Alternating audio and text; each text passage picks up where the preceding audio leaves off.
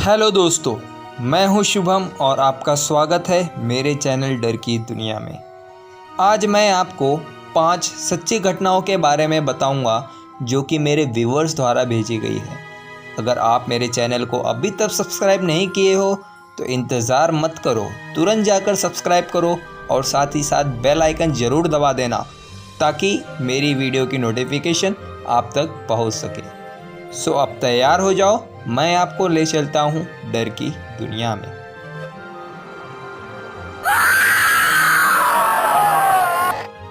Number 1 है। मेरा नाम सुनील है। मैं मोहाली का रहने वाला हूँ। मेरे पिताजी ड्रेस मटेरियल के छोटे से व्यापारी हैं। पढ़ाई पूरी करने के बाद मुझे अच्छी नौकरी नहीं मिलने के कारण मैं अपने दुकान पर बैठना शुरू कर दिया। वैसे तो मुझे अजमेर जाकर अपना कारोबार शुरू करना था, लेकिन पिताजी ने मेरी जबरन शादी करा दी। शादी के 3 महीने बाद मेरी पत्नी शीला गर्भवती हो गई। हमारे यहाँ कहा जाता है कि बुरी आत्मा गर्भवती स्त्री को जल्दी पकड़ती है, लेकिन मैं इन सब चीज़ों पे भरोसा नहीं करता था। एक दिन शीला रात को उठी और अजीब सी हंसने की आवाज़ उसको सुनाई दे रही थी। ऐसा लग रहा था जैसे 3-4 औरत आपस में बात कर रहे हो। तो शीला उस आवाज़ की तरफ बढ़ने लगी। ढूंढते ढूंढते वो खिड़की के पास पहुंच गई। वहां उसने देखा 5 औरत सफ़ेद साड़ी पहन के हवा में तैरते हुए बात कर रही हैं। यह देख शीला की चीख निकल गई और मैं भी उड़ गया। शीला काफ़ी डरी हुई थी। मैंने शीला से पूछा तो उसने सारी बात बता दी। मैं बाहर जाकर देखा तो वहाँ कोई नहीं था। तब मैंने शीला को बोला, देखो ये तुम्हारा वहम है, सो जाओ, वहाँ कुछ भी नहीं है। तब शीला शांति से सो गई। दूसरे दिन मैं शाम को बाजार गया था। घर आने में मुझे लगभग 11:30 बज गए थे। रात बहुत थी, लेकिन चांदनी रात थी। तो जैसे ही मैं अपने घर के बाहर पहुंचा तो मैंने देखा कि 4 औरत घर के सामने घूम रही हैं, लेकिन घर के अंदर नहीं जा पा रही हैं। पायल की अजीब छमछम आवाज़ आ रही थी। यह देख मैंने ज़ोर से आवाज़ दिया कि कौन है वहाँ। अचानक से सब आत्माएं गायब हो गई। फिर मैं 10 मिनट तक वहाँ खड़ा था। कोई हलचल नहीं हुआ और मैं घर में जाकर रात भर नहीं सो पाया। मैं समझ गया कि शीला ने भी ऐसा ही कुछ देखा होगा, तभी वो डर गई थी। दूसरे दिन मैंने अपने घर वालों को सारी बात बता दी तो घर के लोगों ने कहा कि पितृपक्ष का महीना चल रहा है, इस समय सारी आत्माएं धरती पे आती हैं। उन्होंने एक ताबीज़ बनवाई जो कि मैंने पहनी है। तब से मुझे आज तक ऐसा कुछ महसूस नहीं हुआ।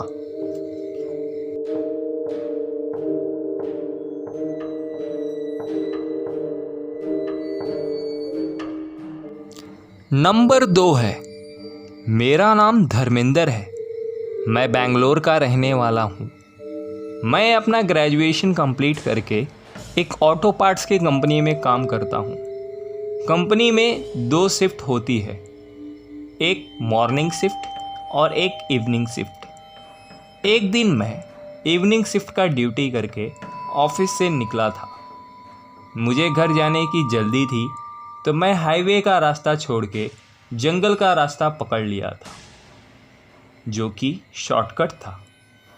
रास्ता काफ़ी सुनसान था।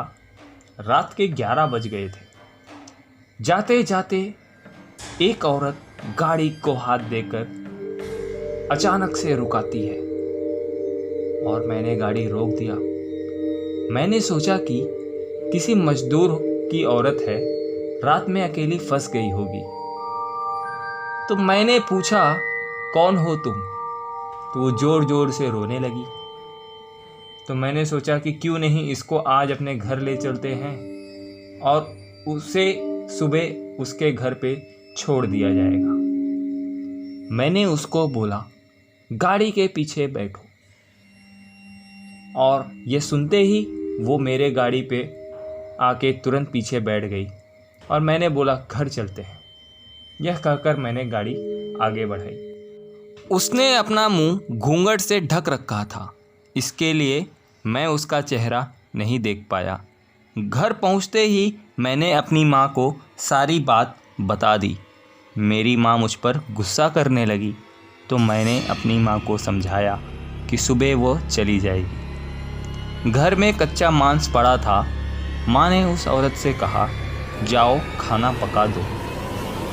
वो औरत बिना कुछ कहे चुपचाप खाना बनाने के लिए रसोई में चली गई। 15 मिनट के बाद मेरी माँ किचन में जाकर देखी तो उसके होश उड़ गए। उसने देखा कि वो किचन पर बैठकर कच्चे मांस खा रही थी।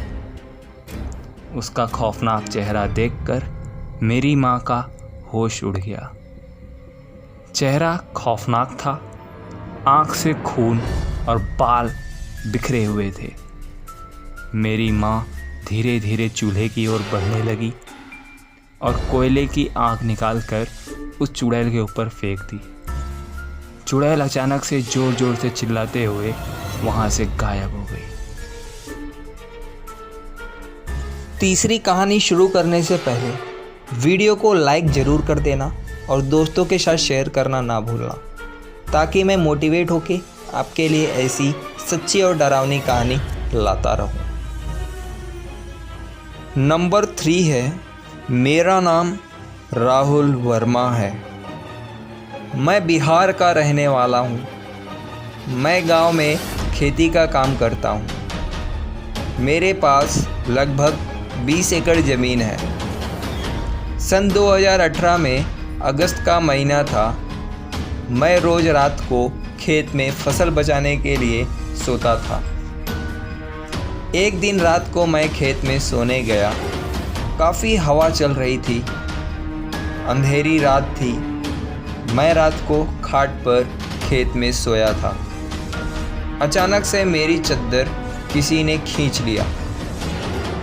मैंने उठकर देखा तो वहाँ कोई भी नहीं था। तो मुझे ऐसे लगा कि शायद हवा से उड़ गया होगा और मैं फिर से सो गया। थोड़ी देर बाद मुझे फिर से ऐसे लगा जैसे मेरे खाट हवा में गोल गोल घूम रहे हैं और मैं फिर से उठकर देखा तो वहाँ कुछ भी नहीं था। अब मैं पूरी तरह डर चुका था। फिर मैं बिस्तर पर बैठकर चारों तरफ नज़र घुमाने लगा। मुझे कुछ भी नहीं दिखाई दे रहा था। रात बहुत थी। थोड़ी देर बाद मुझे बहुत सारे जानवर दिखने लगे। वो भी बड़े अजीब किस्म के जानवर थे। किसी के 5 पैर तो कोई 2 पैर का, किसी का सर उल्टा था। मैं अपने बचाव के लिए अपनी लाठी उठाकर एक गाय को मारने की कोशिश की तो गाय 2 भागों में अलग होकर फिर से जुड़ गई। अब सब जानवर मुझे परेशान करना शुरू कर दिए। कोई मेरा चद्दर खींच रहा था, कोई मेरे खाट हिला रहा था। जैसे तैसे रात बीती और वो सब धीरे धीरे गायब होने लगे। सुबह जब मैंने यह बात अपने घर वालों को बताया तो उन्होंने कहा कि कल अमावस्या की रात थी, इसलिए भूत प्रेतों की शक्ति ज़्यादा हो जाती है। तब से मैं कभी खेत में सोने नहीं गया।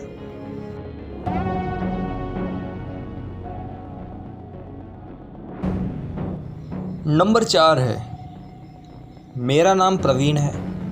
मैं उड़ीसा का रहने वाला हूँ। मैं शहर में नौकरी करता हूँ। शहर मेरे घर से 8 घंटे ट्रेन का रास्ता है। 2017 अगस्त में मैं ट्रेन से घर जा रहा था। मेरा फर्स्ट क्लास एसी का टिकट था। रात को बहुत बारिश हो रही थी, साथ साथ बिजली भी कड़क रही थी। काफ़ी डरावनी रात थी। मैं कैबिन में बैठकर किसी ऐसे आदमी का इंतज़ार कर रहा था कि जिसके साथ मेरा सफ़र ट्रेन में आसानी से कट जाए। ट्रेन काफ़ी तेज़ी से चल रही थी।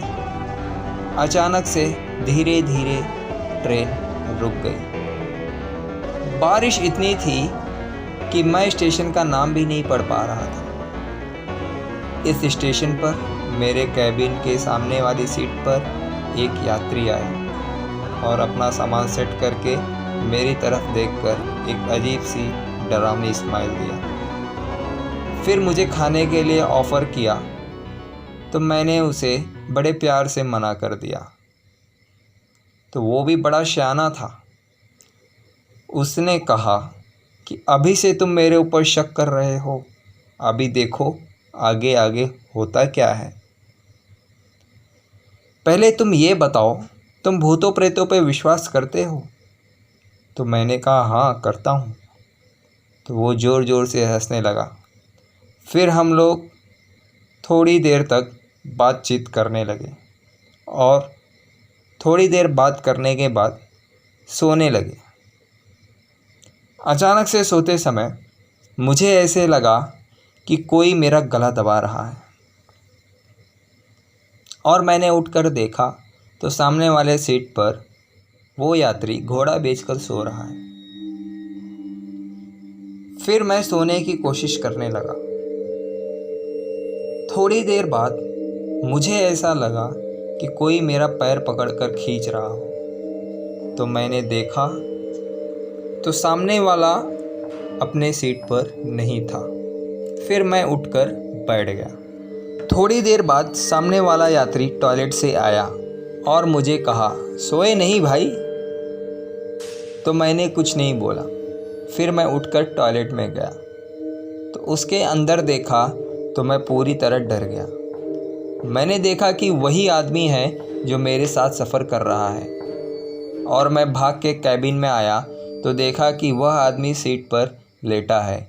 तो मैंने उसको ज़ोर ज़ोर से उठाने लगा और उसको बोला, तुम यहाँ भी हो और वहाँ टॉयलेट में भी, ऐसा कैसे?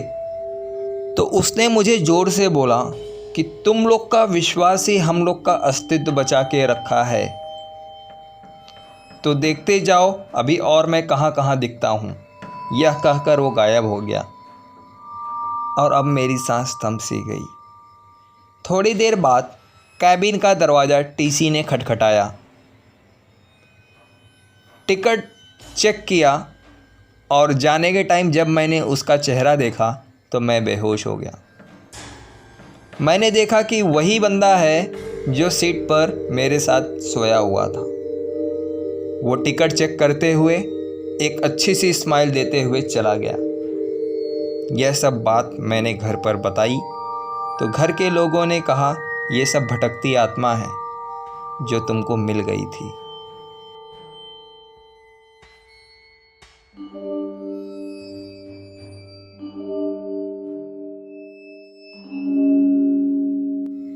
अब दोस्तों हम सुनेंगे 5वीं कहानी, जिसको सुनने के लिए आप अपना दिल थाम के बैठे रहना। मेरा नाम परमिंदर सिंह है। मैं एक ट्रक ड्राइवर हूँ। मेरा काम ऐसा है कि मैं रात में भी कई बार हाईवे पर ड्राइविंग करता रहता हूँ। मुंबई में आरे कॉलोनी एक एरिया है जहाँ भूत प्रेत आम माने जाते हैं। वैसे तो मैं इस घटना से पहले इन पर मैं कभी विश्वास नहीं करता था। वो कहते हैं ना, जब पाला नहीं पड़ा हो तो यकीन कैसे करना। उस रात 11 बजे मुझे अंधेरी से सामान लोड करके भाईंदर पहुंचाना था। आरे कॉलोनी गोरेगांव में पड़ता है। वहां पहुंचने पर थोड़ी दूर तक कोई भी लाइट नहीं थी और कोई भी गाड़ी नहीं दिख रही थी। मैं थोड़ा गाड़ी आगे बढ़ाया, तभी मुझे ऐसा लगा जैसे कोई ट्रक के ऊपर ज़ोर ज़ोर से पैर पटक रहा है। यह आवाज़ धीरे धीरे बढ़ने लगी। अचानक से मैंने ट्रक रोका और उतरकर देखा तो ऊपर कोई नहीं था। अब मैं फिर से ट्रक में चढ़ा और ट्रक धीरे धीरे चलाना शुरू किया। फिर से वही आवाज़ आने लगी और अब मुझे भी डर लगने लगा था। ट्रक में सामान ज़्यादा था, इसलिए ज़्यादा तेज़ भगा भी नहीं सकता था। जैसे तैसे मैंने आरे कॉलोनी का एरिया पार किया और वो आवाज़ भी आना बंद हो गई। अगले दिन जब मैंने अपने साथी को ये बात बताई, तब उसने आरे कॉलोनी के बारे में बताया कि वो जगह बहुत ही भूतिया जगह है। वहाँ रिक्शा वाले भी गायब हो जाते हैं। तुम शुक्र मनाओ कि तुम बच गए। वाहेगुरु का शुक्र था कि मैं बच गया। सो दोस्तों, वीडियो कैसी लगी कमेंट करके ज़रूर बताना और चैनल को सब्सक्राइब करना भी बिल्कुल मत भूलना। मिलते हैं अगली वीडियो में एक सच्ची नई और डरावनी कहानी के साथ। तब तक के लिए बाय।